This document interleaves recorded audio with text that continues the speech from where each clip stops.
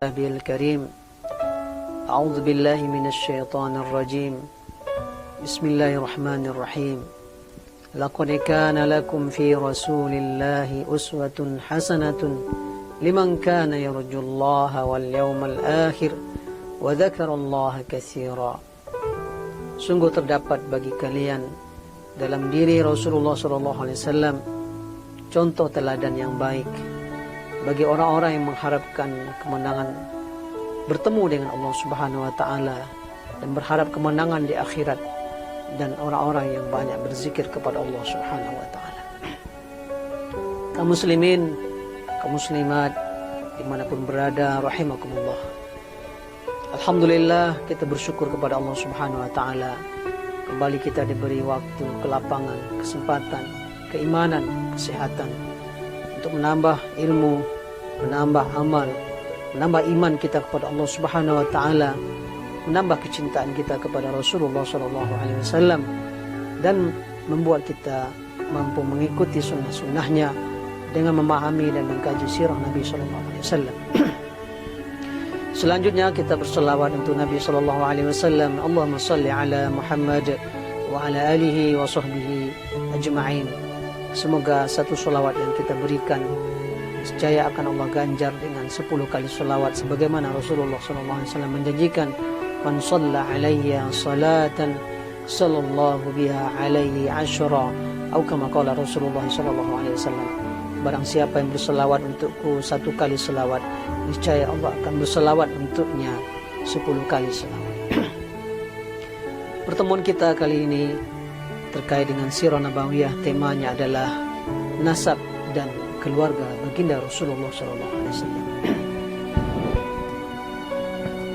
Sebelum kita membahas sejak lahirnya baginda Rasulullah SAW, kita perlu mengenal dan mengetahui nasab dan keluarga Rasulullah SAW.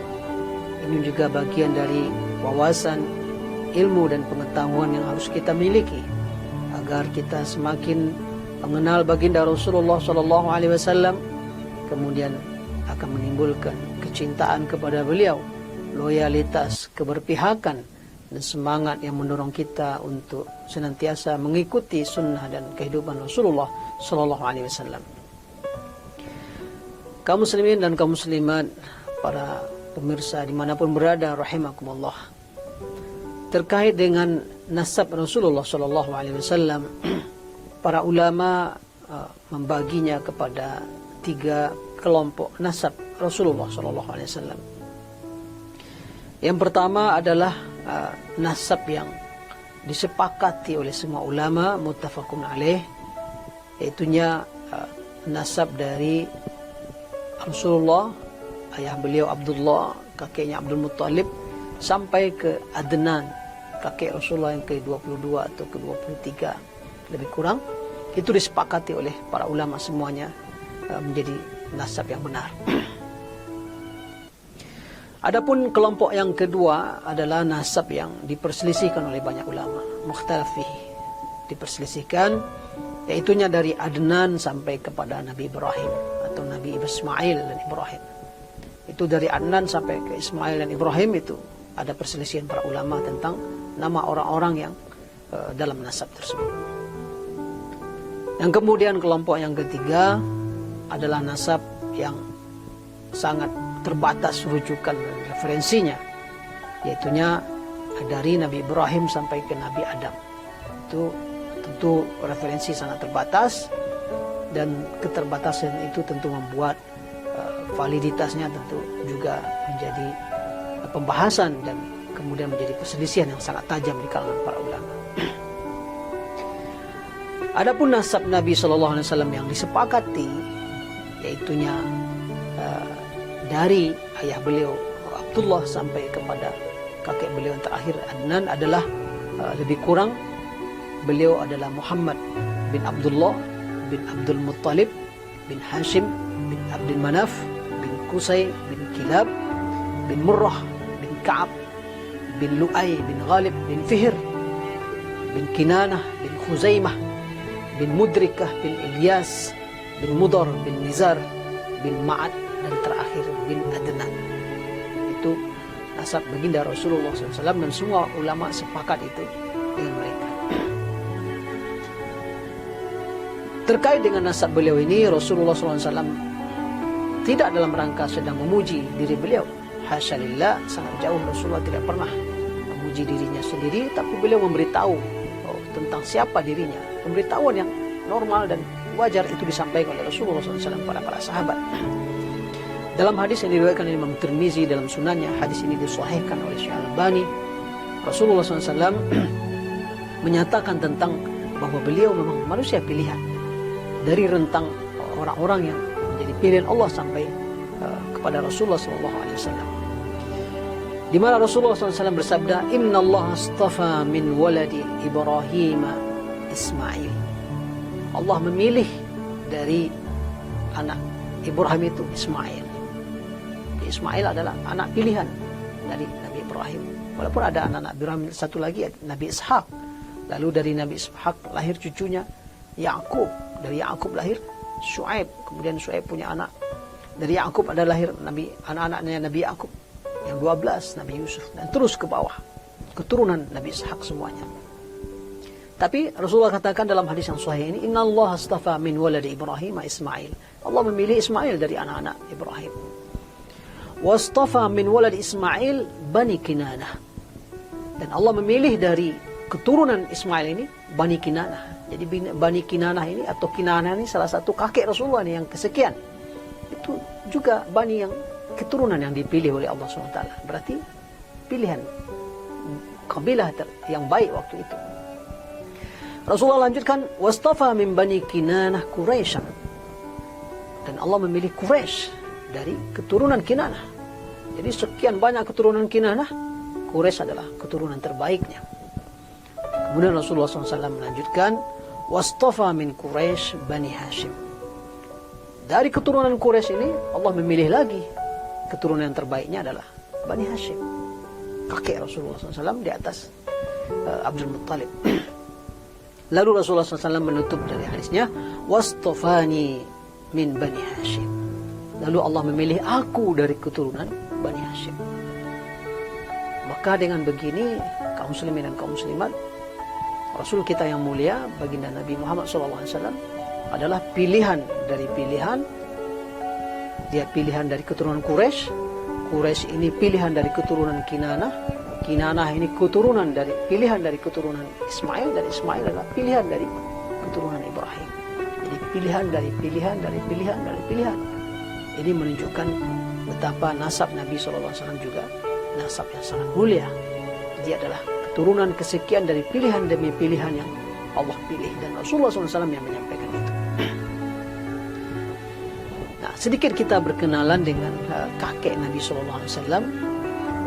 Kita tidak saja mengenal nasabnya tadi yang 22 atau 20-an, lebih kurang yang muttafaqun alaih. Lalu ada nasab yang mukhtalaf fihi, yang diperselisihkan oleh para ulama dari Adnan sampai Ismail dan Ibrahim.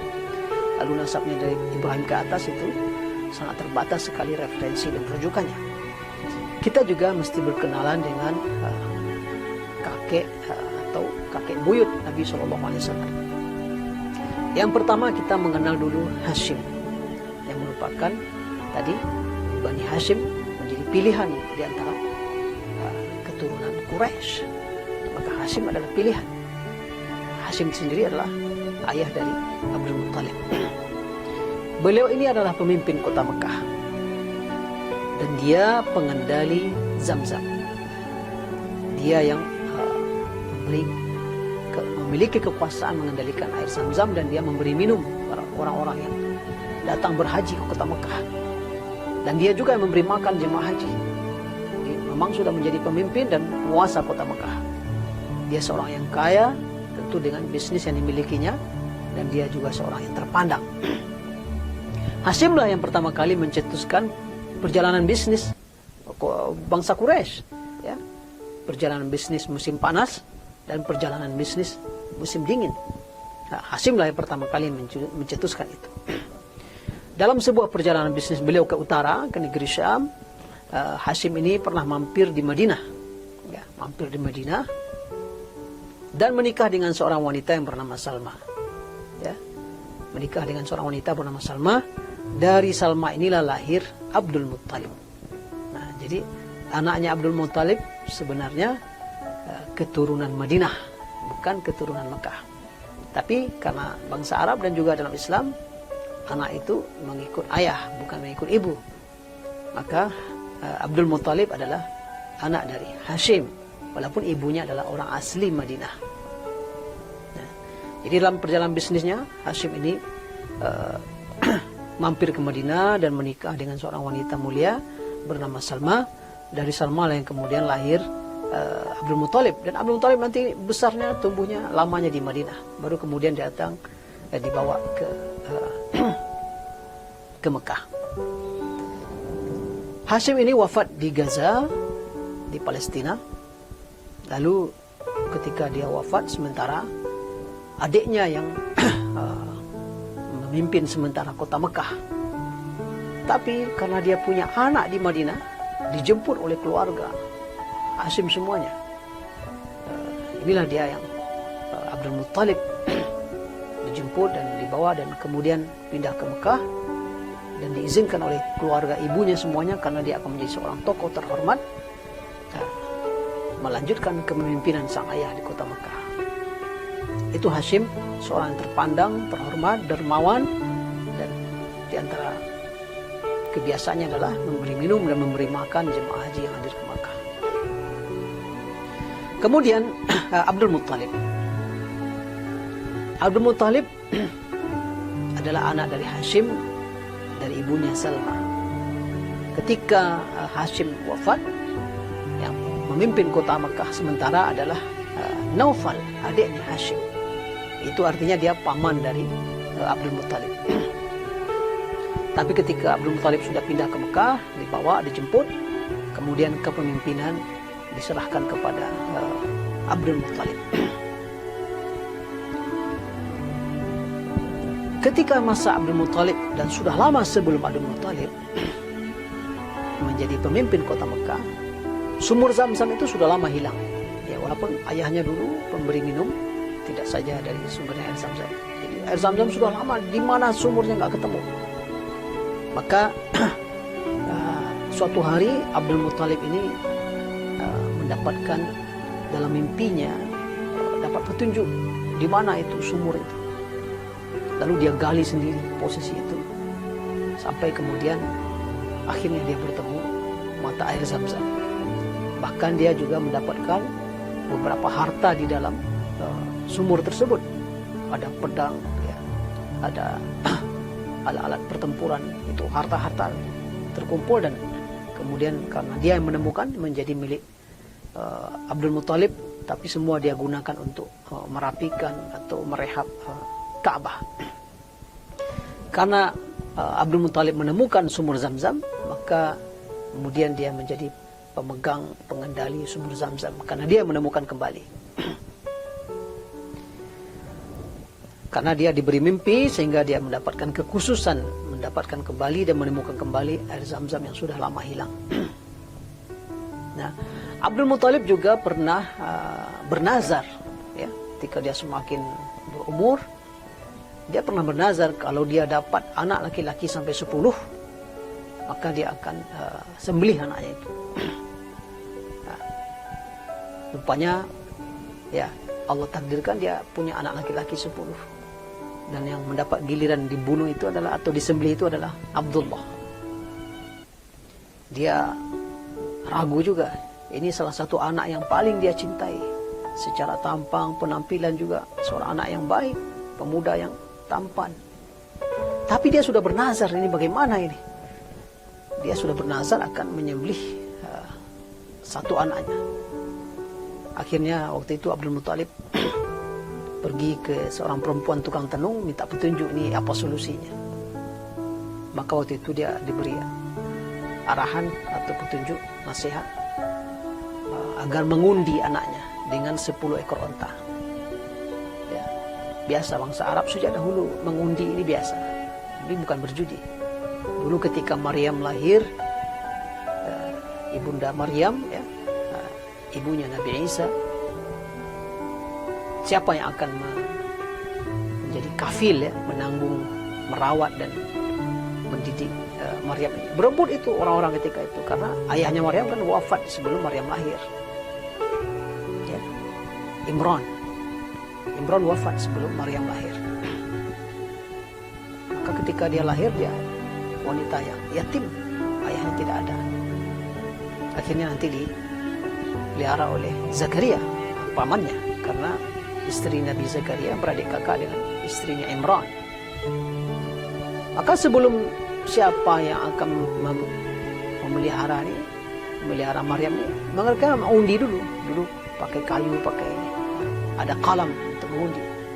Idh yulquna wa ma kunta ladaihim idh yulquna aqlamahum ayyuhum yakfulu Maryam.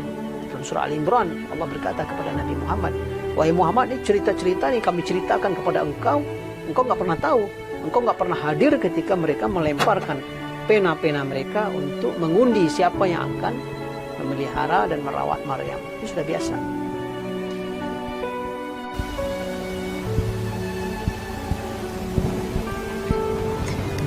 Maka sesuai dengan petunjuk yang diterimanya, Abdul Muttalib kemudian mengundi anaknya Abdullah dengan 10 ekor unta.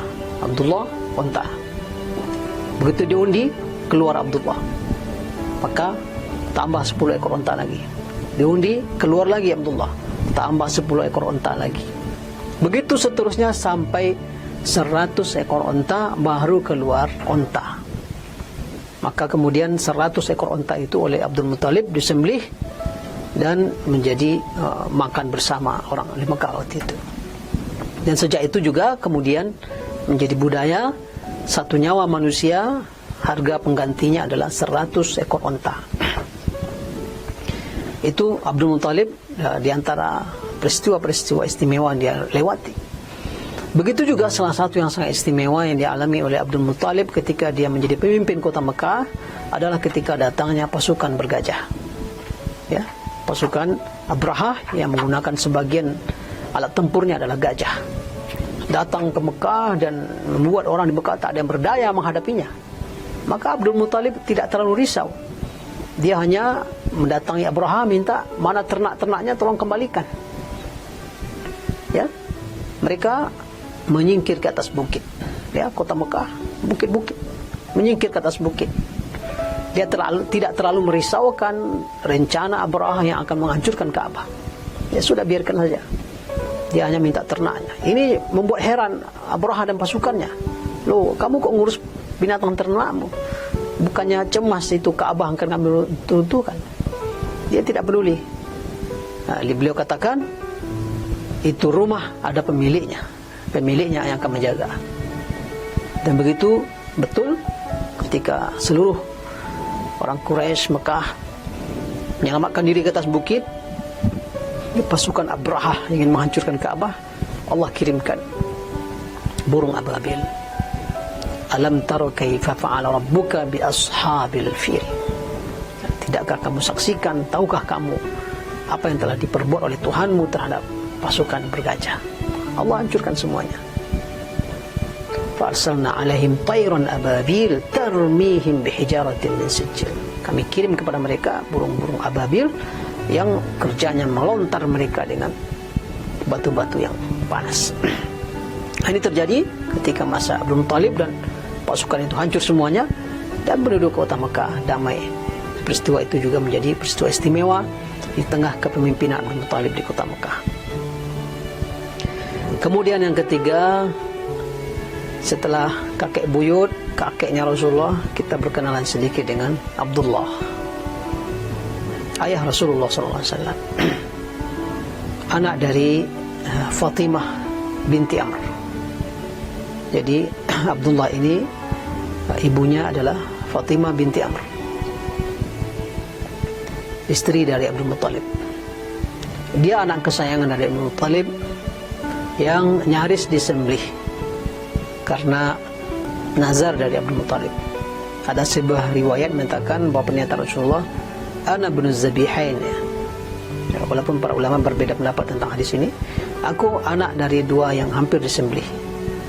Yang satu adalah ayahnya Abdullah, satu lagi kakeknya Ismail dulu nyaris disembelih oleh Nabi Ibrahim sesuai dengan perintah Allah Subhanahu wa taala dalam mimpinya. Ya. ketika Nabi Ibrahim menanya kepada anaknya, inni ra'aitu fil manami anni adbahuk fanzur madza tara. Saya menyaksikan dalam mimpi, dapat instruksi dari Allah, kata Nabi Ibrahim, saya menyembelihmu, bagaimana pendapatmu? Ya abati fa'al ma tu'mar satajiduni insyaallah minas sabirin. Ayahku, silahkan kerjakan perintah dari Allah, aku akan sabar. Nyaris disembelih Nabi Ismail, tapi Allah ganti dengan domba.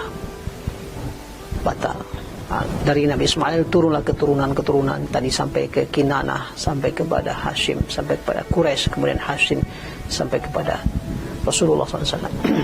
Nah, Abdullah juga nyaris disembelih karena nazar sang ayah Abdul Muttalib yang bernazar akan menyembelih anaknya. Tapi lagi-lagi selamat Abdullah setelah diundi dengan 100 ekor unta.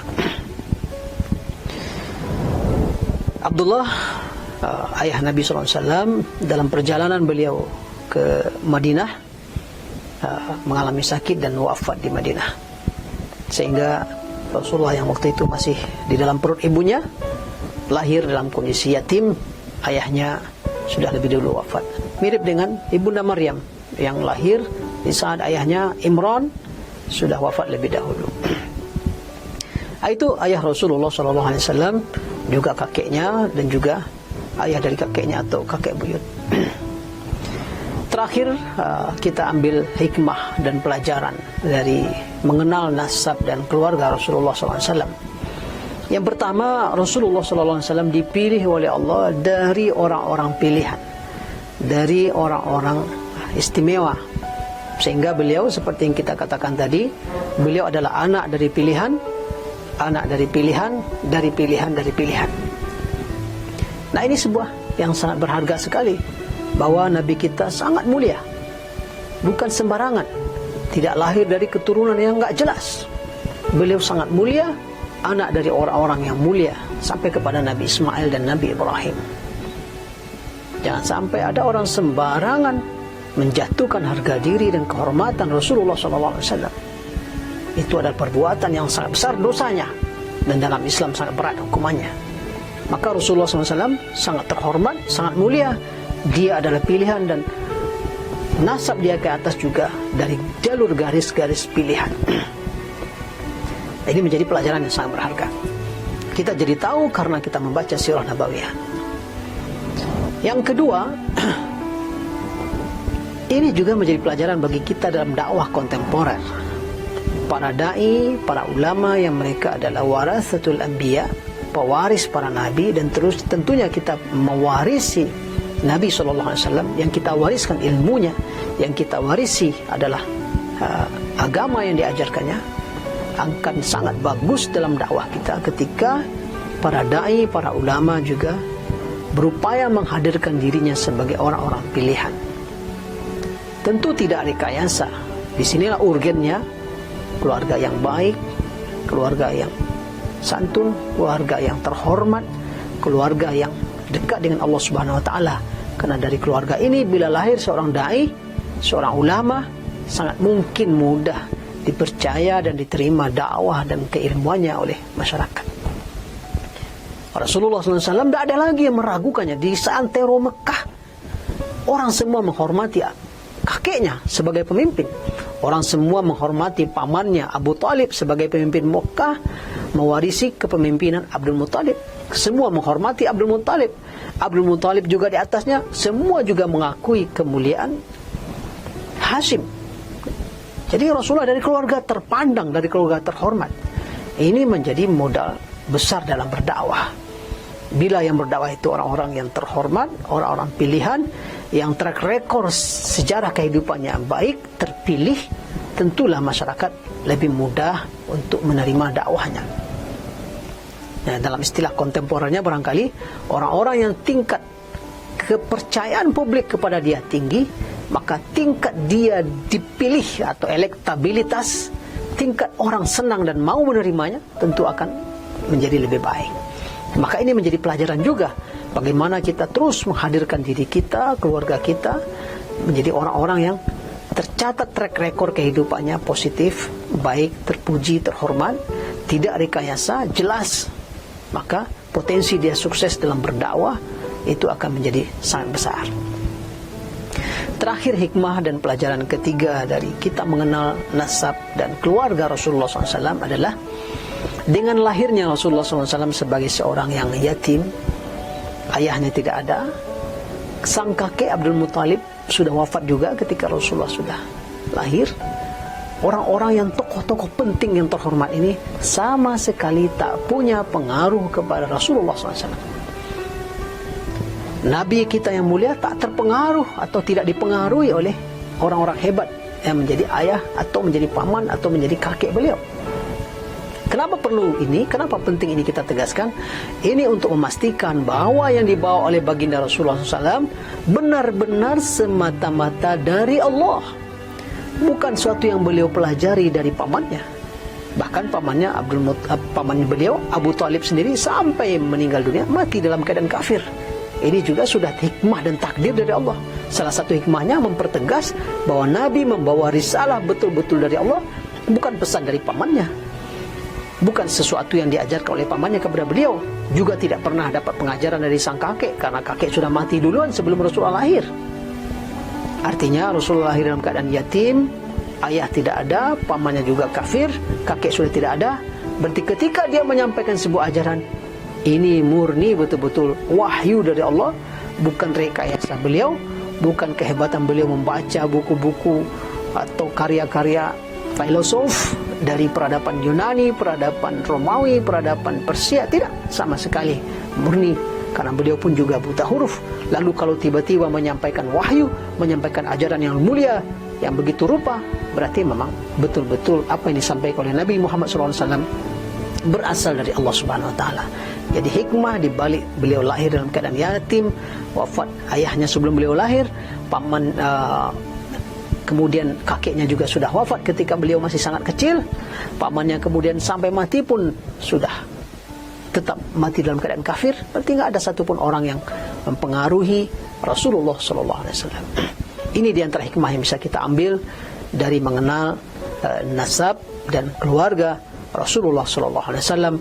Semoga ini menimbulkan bertambahnya cinta kita kepada beliau, menambahkan loyalitas dan keberpihakan kita kepada Rasulullah SAW, yang kemudian mengantarkan kita untuk terus melakukan, meniru dan mengikuti sunnah-sunnah Nabi SAW. Demikian barangkali yang bisa kita sampaikan. Aku qouli hadza wa astaghfirullah li wa lakum wa lisairil muslimin wal muslimat wal mu'minina wal mu'minat fastaghfiruh innahu huwal ghafurur rahim. Wallahu a'la wa a'lam bissawab. Wassalamu alaikum warahmatullahi wabarakatuh.